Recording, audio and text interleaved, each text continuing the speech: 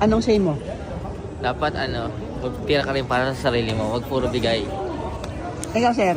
So, yan, natapos na namin yung sine. Grabe.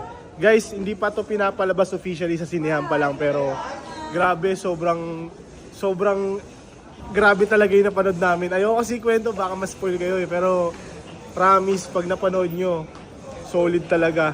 Mas makaka-relate talaga yung mga breadwinner. Di ba? Kasi ako bread eater lang ako eh. Oo eh. So, ako na-realize ko ganun pala yung pakiramdam pag breadwinner ng pamilya. So, ang pinaka-lesson doon, wag ka sa Pilipinas, sa Dubai ka. Yes. Yes. Eh, meron pa tayo isa pa. Oh. Ako, sa akin lang, nag-visit lang ako eh. Imbis na motivate ako, nag-visit ako. Ikaw? Kasi kaso ko ni papeles ka, putang abroad. Abroad. Kaso may hit ka sa NBA eh.